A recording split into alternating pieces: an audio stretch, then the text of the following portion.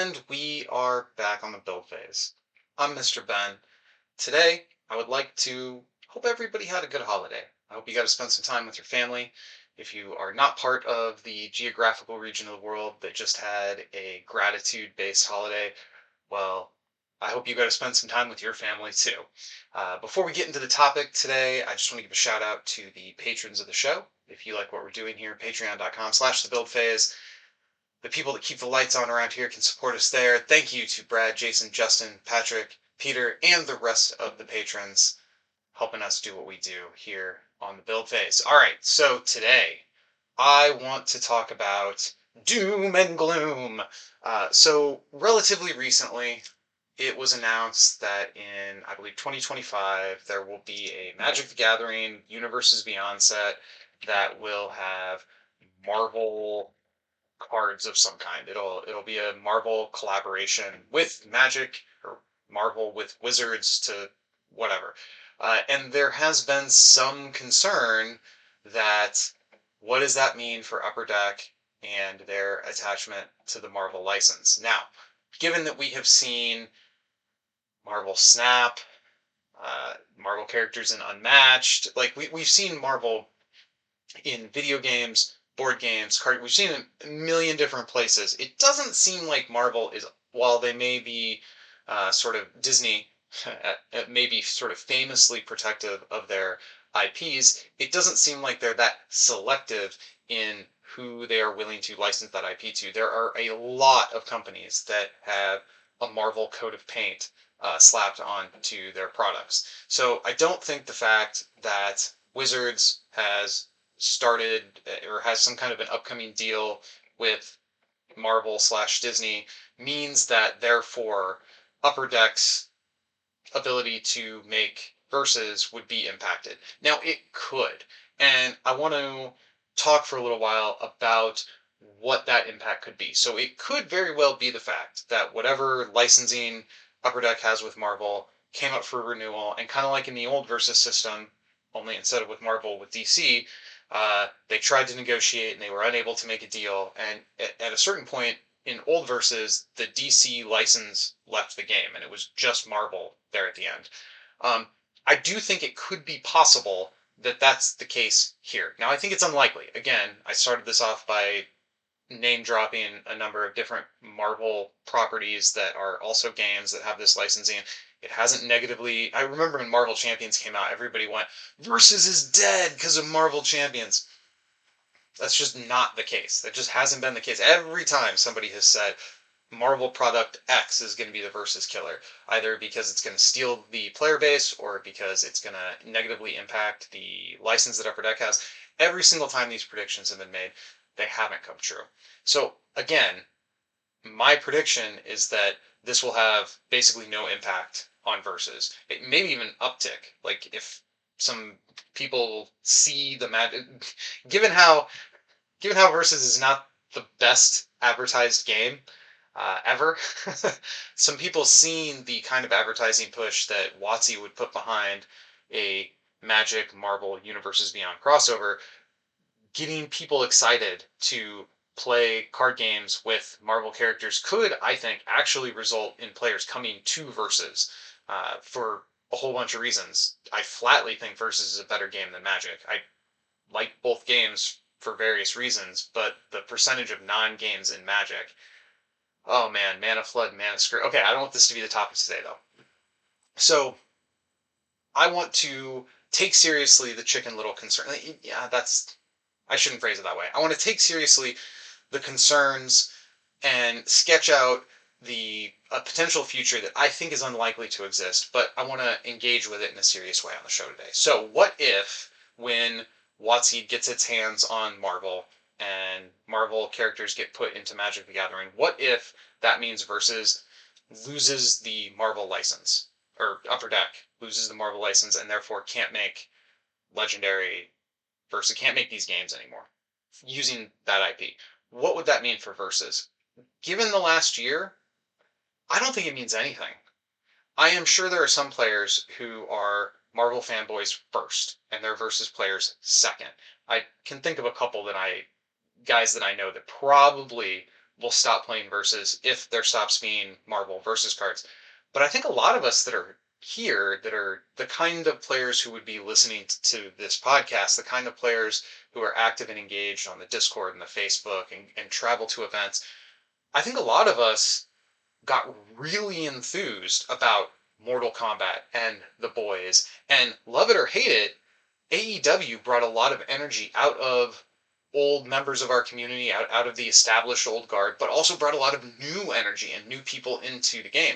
So, given this last year where we've had arguably off the wall, perhaps some people would say incongruous IPs brought into the game of Versus, and I think it's just been one hit after another. I think all the releases this year have been good, and some of them have been Marvel, but I'm focusing on the fact that Mortal Kombat, The Boys, AEW, these three expansions kind of made the year for a lot of us. Which is not to say anything negative about the awesome Fantastic Four Civil War crossover cards we got after the non-Marvel IP, and I don't want to crap on the House of X cards. There was a lot of fun stuff in there too. But if those expansions didn't exist and all we got this year, or the arcs, I should say, if those arcs didn't exist and all we got this year was the three 200 card boxes of non-Marvel IP, I still don't think that would be like the worst year in Versus history. That would actually be a pretty good year. That would be an exciting year. So while again, my prediction is that this Universes Beyond collaboration with Magic is not going to spell the end of the Marvel IP in Versus. I don't think that's going to happen. But even if it does, there's Invincible, there's Ninja Turtles, there's a million old movies, TV shows, non-Marvel things in existence that I think would make great Versus cards. And the licensing fees are like a real thing. And if Upper Deck has it in their head that this game can only exist with the expensive Marvel license, I think, or let me rephrase that. If Upper Deck had it, as if Upper Deck is one person, but the collective group intelligence that is Upper Deck Corporation, if they were operating under the assumption that Versus could only survive with a powerhouse mega IP like Marvel behind it, I think this last year has really illustrated. Now, I don't know sales numbers, but the things that I do know about, like the number of people we have to approve joining the Facebook group and the notifications we get on the Discord from new people coming in and the activity. So these are not like concrete, hard, objective indicators of the game is selling well. I fully concede that. I don't have that. But based on the indicators that I can see, the evidence that I can collect with my own eyes, and the plural of anecdote is not evidence, I fully understand. But nonetheless, these are the things that inform my opinion. Now, I could be wrong, but I don't think I am. And I think that Upper Deck now would agree with that. I think the proof is in the pudding that these non-Marvel IPs have sold decently well. The hype and buzz around them has been a lot bigger than a lot of the Marvel sets. I mean, I would put the AEW excitement up there as maybe the most hype around any expansion we've gotten in the game ever. Certainly within the top, like, so Legacy, Fantastic Four, Civil War, and AEW are probably, if I'm rattling off the top of my head, expansions that got the most hype and the most energy in the community. I think those are the top ones. Which one's number one, which one's number four, I'm not sure. But those are the four that really stand out in my head as being major like events within the community. So I guess this entire the premise that I'm standing on for this entire podcast is that I don't think things are bad. Maybe that's a slight oversimplification. I do think it would be bad if Upper Deck lost the Marvel license. I would feel particularly badly for the people that are really invested in Legendary, because while there is the Legendary Encounters subset of the Legendary game, the core Legendary product is its own game. So in Versus, we have our AEW cards and we have our Fantastic Four cards, and they can play together. Okay, I realize that's a bad example because one's photographic, one's illustrated. But we have our Alien cards and we have our Fantastic Four cards, and they can play together, and it's all cross-compatible, and there's no issues there.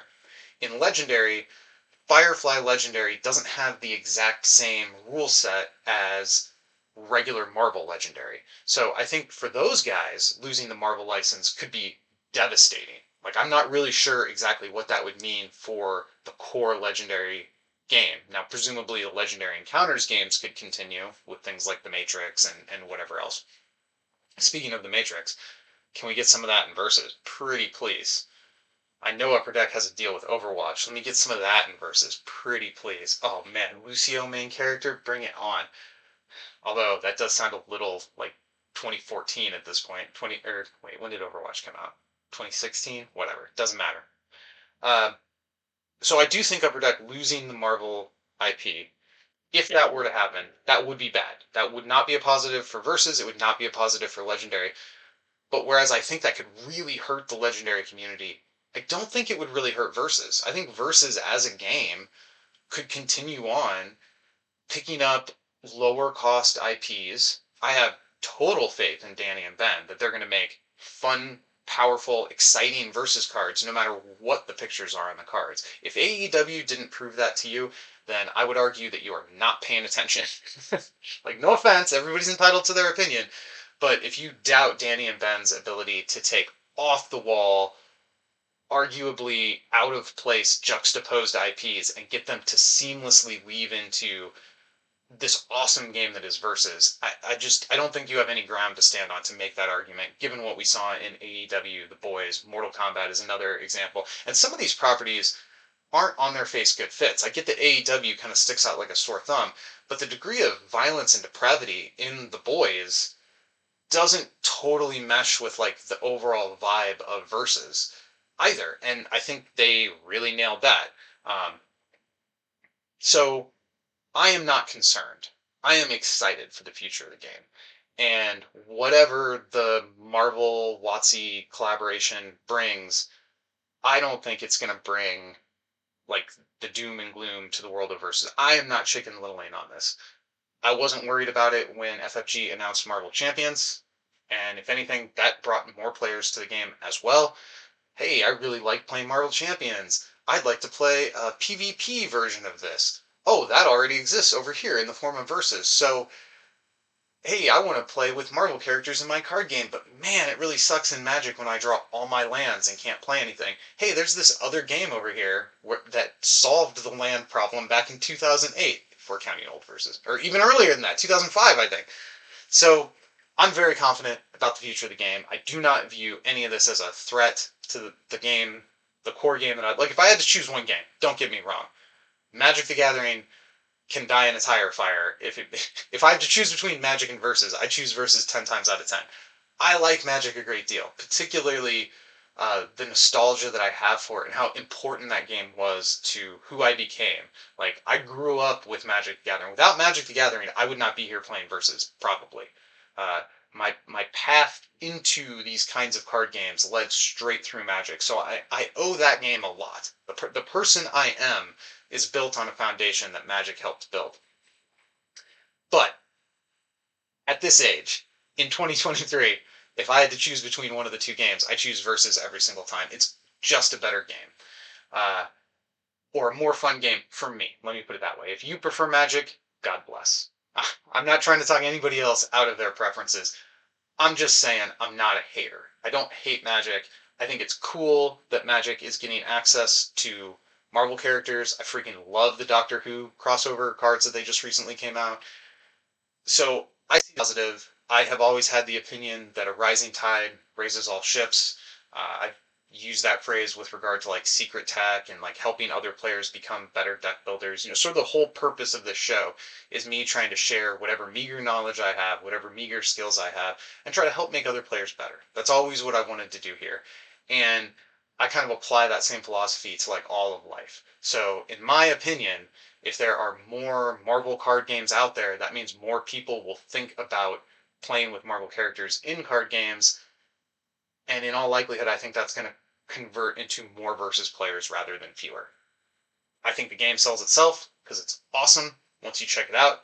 It's just such a good game that just getting people to give it a chance is all we need, and then Versus is fine. I am not afraid for the life of Versus in the face of what Magic the Gathering, this 30-year-old card game that has some major problems. They're doing fine things. I don't want this to be Magic the Gathering hate. I just don't think there is any real reason for us to feel threatened by the biggest card game in the world dipping its toe into the same IP that our card game is based on.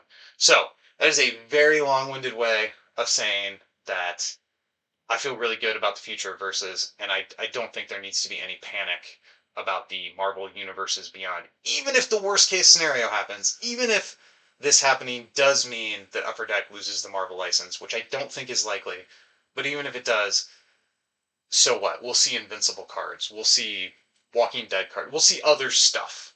I don't know why I referenced two Kirkman properties there, but Versus will survive, and it'll be just as good as it ever was, and arguably better than ever, because I think Danny and Ben are getting better year over year at making cool, interesting, and exciting cards. So if we ever enter a phase of Versus where there isn't Marvel cards, if Danny and Ben keep making cards, they will just through like the gravitational effect of becoming better at their craft over time, they will inarguably make better cards than the Marvel cards that we have, if that were to happen. Again, that's not what I'm saying I think is going to happen, but I am saying I think it's going to be okay. It's going to be better than okay. The future of Versus is going to be great. And I think I'll leave it there. All right, till next time, go win some games.